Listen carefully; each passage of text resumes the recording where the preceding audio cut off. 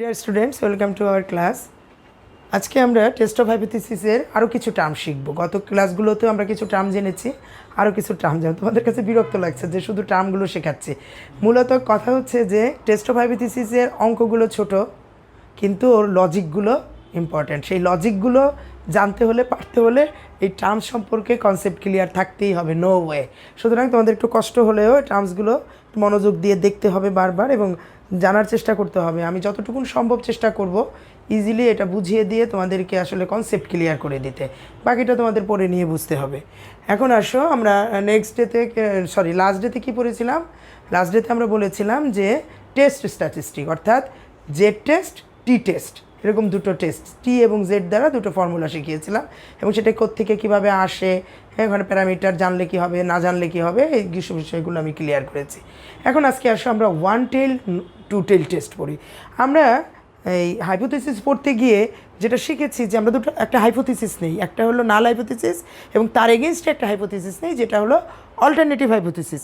এখন আমরা যখন নাল হাইপোথিসিস নেই তখন H0 দিয়ে আমি তাকে ডিফাইন করি এবং তার একটা মান নেই, একটা প্যারামিটারের স্পেসিফাইজ একটা ভ্যালু নেই, যে আমি ধরে নিই যে এই মিউ একটা প্যারামিটার, পপুলেশন প্যারামিটার, তার একটা মান আছে, সেটা μ0 স্পেসিফাইজ করে নিই, তাই না? এখানে আমরা সবাই লিখেছি সে, অর্থাৎ এটা আমি ধরে নিয়েছি। অ্যাকুরেট আমি বলবো না, আমি একটা ধারণা থেকে যে রেজাল্ট এরকম আসতে পারে কাছাকাছি। যেমন ইউনিভার্সিটির স্টুডেন্টদের বয়স অ্যাভারেজে 23 বা 24 হবে, আমি বলে নিতে পারি, নাও হতে পারে, কিন্তু আমি তো ধরে নিতে পারি। হ্যাঁ, ঠিক তেমনি এখানে আমি একটা প্যারামিটারের মান স্পেসিফাইজ করে নিয়েছি। নেওয়ার পরে প্রতিটা হাইপোথিসিসের একটা লজিক আছে, সেটা হলো আমি যখনই একটা প্যারামিটারকে অ্যাজাম্পশন করব তখন তার একটা অল্টারনেটিভ প্যারামিটার দাঁড়াবে। সেটা হলো কি, এটার এগেইনস্ট, নাল হাইপোথিসিসের এগেইনস্ট একটা প্যারামিটার দাঁড়াবে, সেটা হলো অল্টারনেটিভ হাইপোথিসিস। সেখানে আমি বলবো নাল হাইপোথিসিসের প্যারামিটারকে যদি আমি একটা মান দিয়ে স্পেসিফাইজ করি, অল্টারনেটিভ হাইপোথিসিসে বলবো যে না, এই মানটা হবে না, no, mu not equal to 0। অথবা বলতে পারি মিউ গ্রেটার দ্যান μ0, বড় হবে। আমি যেটা ধরেছি প্যারামিটারের মান তার চেয়ে বড় হবে, অথবা আমি যা ধরেছি প্যারামিটারের মান তার চেয়ে ছোট হবে, মিউ লেস দ্যান μ0। তাহলে তিনটা কন্ডিশন দাঁড়ালো না এই নাল হাইপোথিসিসের এগেনস্টে? একটা হচ্ছে নট ইকুয়াল টু 0, আরেকটা হচ্ছে গ্রেটার দ্যান μ0, আরেকটা হচ্ছে লেস দ্যান μ0 বলতে specifies value, which is assumption আমার। ঠিক আছে? এই অ্যাজাম্পশনের উপরে ভিত্তি করে আমাকে বলতে হবে কোনটা ওয়ান টেলড আর কোনটা টু টেলড। এই যে অল্টারনেটিভ হাইপোথিসিস, দ্যাট ইজ যে স্টেটমেন্ট আমি নিলাম নাল হাইপোথিসিসের, তার এগেইনস্ট স্টেটমেন্টগুলো আমার অল্টারনেটিভ হাইপোথিসিস। সেই অল্টারনেটিভ হাইপোথিসিসের ভিত্তি করে আমাকে বলতে হবে কোনটা ওয়ান টেলড আর কোনটা টু টেলড। এখন তোমরা এখানে এটার স্ট্রাকচারটা দেখেই কিন্তু ধারণা করতে পারতেছো যে কোনটা ওয়ান টেলড আর কোনটা টু টেলড। আমরা যখন বললাম যে মিউ গ্রেটার দ্যান μ0, অর্থাৎ পজিটিভ দিকে তার ঝোঁক, তাই না? সে আমার অ্যাজাম্পশনের চেয়ে বেশি মান তার আছে, সুতরাং সে পজিটিভ দিয়ে ঝুঁকতেছে। আর যখন লেস দ্যান বলছি সে নেগেটিভ দিকে ঝুঁকতেছে। আর যখন নট ইকুয়াল টু 0 বলছি সে পজিটিভও না নেগেটিভও না, অর্থাৎ তার উভয় দিকেই প্রবণতা, রেজাল্ট আসার প্রবণতা রয়েছে, তাই তো? তাহলে এই তিনটা কন্ডিশন দেখেই আমরা কি বলতে পারি না যে 2 আর 3 হচ্ছে ওয়ান টেল টেস্ট আর 1 হচ্ছে টু টেল টেস্ট? এখান থেকেই কিন্তু বোঝা যাচ্ছে, তাই না? যে বলতে পারছে না যে আমি পজিটিভের দিকে না নেগেটিভের দিকে যাব, সে টু টেলড, কারণ দুই দিকেই হতে পারে রেজাল্টটা। আর যার যে একদিকে পজিটিভলি বলছে সে পজিটিভ, যে নেগেটিভলি বলছে সে নেগেটিভ, একই দিকে যাচ্ছে, দুই দিকে যেতে পারছে না, যেহেতু একই দিকে যাচ্ছে, সো তারা ওয়ান টেল টেস্ট হলো। তাহলে ওয়ান টেল টেস্ট আর টু টেল টেস্ট আমরা বুঝলাম। আমরা এখন পড়ব acceptance region and critical region. Acceptance region বলতে আমরা যে নাল হাইপোথিসিস ধরে ক্যালকুলেশন করব, কোন রেজাল্ট আসলে, কোন প্রেক্ষিতে কী রেজাল্ট আসলে আমি আমার হাইপোথিসিসটাকে অ্যাকসেপ্ট করব, আদারওয়াইজ রিজেক্ট করব, সেটা আমি একটা নর্মাল কার্ভ দিয়ে সেটাকে আমরা বোঝানোর চেষ্টা করব যে কোনটুকুন হলে, কোন জায়গাটুকুনে আমার মানটা আসলে আমি ধরে নেব যেটা অ্যাকসেপ্টেড। দেখো is sample statistic follows a specific distribution. আমি যখন কালকে তোমাদের টেস্ট স্ট্যাটিস্টিক শেখালাম, আমি দুইটা জিনিস শিখিয়েছি, একটা হলো স্ট্যান্ডার্ডাইজড নর্মাল ডিস্ট্রিবিউশন দিয়ে, আরেকটা হলো স্টুডেন্ট টি দিয়ে। দুটোই দেখো, একটা প্যারামেট্রিক আর একটা নন প্যারামেট্রিকের ক্ষেত্রে দুইটাই কিন্তু নর্মাল ডিস্ট্রিবিউশন থেকে এসছে। অর্থাৎ একটা নর্মাল এক্স একটা নর্মাল ভেরিয়েবল, তার ডিস্ট্রিবিউশন থেকে দুটো প্যারামিটার মিউ এবং সিগমা স্কোয়ার ছিল, যেখানে মিউকে আমরা হাইপোথিসিস হিসাবে নিয়েছিলাম আর সিগমা স্কোয়ারকে কোথাও নোন ভ্যালু আর কোথাও আননোন ভ্যালু হিসাবে ডিফাইন করে দেন আমরা দুটো স্ট্যাটিস্টিক স্টাবলিশ করে সেখান থেকে রেজাল্ট পাবো। অর্থাৎ যে কোনো স্যাম্পল স্ট্যাটিস্টিক একটা নির্দিষ্ট ডিস্ট্রিবিউশন ফলো করে। সাধারণত বড় স্যাম্পলের ক্ষেত্রে আমরা নর্মাল ডিস্ট্রিবিউশন ফলো করে বলে থাকি বা জানি। এখন দেখো, তাহলে নর্মাল ডিস্ট্রিবিউশন যদি ফলো করে তাহলে তার একটা নর্মাল কার্ভ আসে। আমরা নর্মাল ডিস্ট্রিবিউশন যখন পড়েছি আমরা দেখেছি কিভাবে নর্মাল কার্ভ আঁকে, সেই নর্মাল কার্ভটাই আমি এখানে এঁকেছি। একটা ডেফিনিট শেপ থাকে, তাই না? অর্থাৎ -ইনফিনিটি থেকে +ইনফিনিটি পর্যন্ত এই পুরো জিনিসটা আমার নর্মাল ডিস্ট্রিবিউশনের ভিডিওতে ব্যাখ্যা করা আছে, তোমরা প্রয়োজনে সেখান থেকে দেখে নেবে। আজকে আমি আর এটা নতুন করে ব্যাখ্যা করব না। হ্যাঁ, তো এখন দেখো, তাহলে এই যে ফ্রিকোয়েন্সি কার্ভটা, এটা একটা ফ্রিকোয়েন্সি কার্ভটা হ্যাঁ জেড স্ট্যাটিস্টিকের জন্য এখানে করছে। এখন দেখো, এখান থেকে -ইনফিনিটি থেকে, আচ্ছা তার আগে বলি, এই পুরো এরিয়াটার কিন্তু 1। আমরা জানি কি, যে কোনো ডিস্ট্রিবিউশনে সমস্ত প্রবাবিলিটির যোগফল 1 হয়। এই জায়গাগুলোকে যদি আমি লক্ষ কোটি ভাগেও বিভক্ত করি, তারপরে যে সম্ভাবনা বা প্রবাবিলিটির মানগুলো আসবে সবগুলো যোগ করলে 1 হবে। অর্থাৎ এই পুরো এরিয়াটার প্রবাবিলিটি হচ্ছে 1। সেটাই বলছে দ্য টোটাল এরিয়া ইজ 1।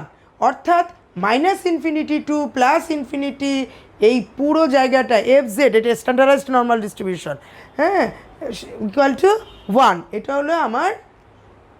হলো আমার এর ক্যালকুলেটিভ ভ্যালু। আমি পুরো জিনিসটা ক্যালকুলেট করে তার রেজাল্ট পাবো 1।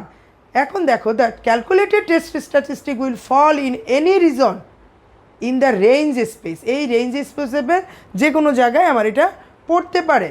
The probability for space omega is given by, এখন দেখো এখানে একটা ওমেগা আছে, এখানে একটা ওমেগা আছে। এই ওমেগার বাইরে আমার এইটুকুন হলো অ্যাকসেপ্টেন্স রিজন হচ্ছে আমার এই লেফট সাইডে আমার কিছু অংশ বাদ গেল, আমি কোত্থেকে নিব প্রবাবিলিটি, আমি নিচ্ছি -z⁴/2 থেকে +z⁴/2 পর্যন্ত আমার রেজাল্টটাকে আমি কাউন্ট করব। তার বাইরের যেটা সেটা আমার রিজেকশন রিজন, নট অ্যাকসেপ্টেন্স।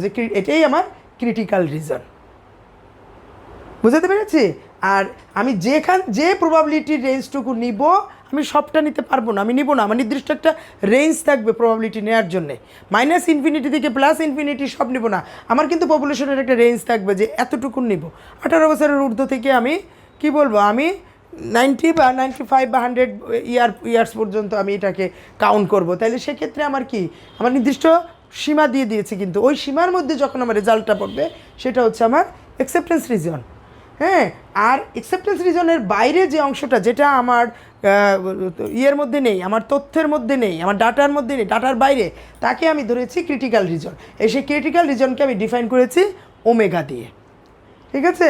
তাহলে এই যে এই ক্রিটিক্যাল রিজন, দুটো ক্রিটিক্যাল রিজন, এই একটা ক্রিটিক্যাল রিজন, এই একটা ক্রিটিক্যাল রিজন, তাকে আমি ডিফাইন করতে পারি এই দুই পদ্ধতিতে। অর্থাৎ যখন আমি এই দিকটা করলাম তখন কি z⁴/2 টু ইনফিনিটি, আর যখন এই সাইডটা করেছি -z⁴/2 to -infinity to z⁴/2, সবসময় কিন্তু পজিটিভলি যাবে, এই দিকে কিন্তু যাবে না। এখান থেকে এখানে আসবে, এখান থেকে এখানে আসবে, এখান থেকে এখানে, তিনটা ভাগ কিন্তু। -Infinity to -z⁴/2, -z⁴/2 to +z⁴/2, z⁴/2 to infinity. কাউন্টগুলো কিন্তু এভাবে হবে।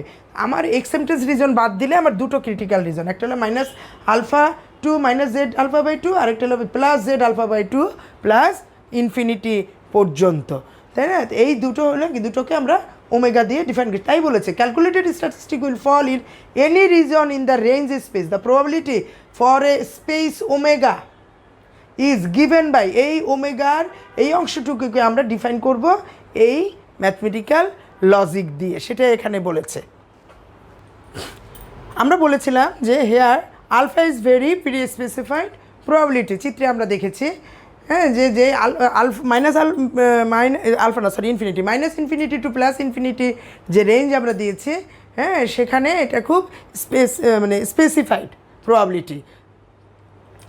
নাও the reason in which test strategy falls and leads us to reject the null hypothesis, যদি প্রবাবিলিটি মানে স্ট্যাটিস্টিকে ওই প্রবাবিলিটিটার এই রিজনের নির্দিষ্ট রিজনের মধ্যে পড়ে এবং নাল হাইপোথিসিস যদি রিজেক্ট হয় say with small probability, then null hypothesis is true known as critical reason.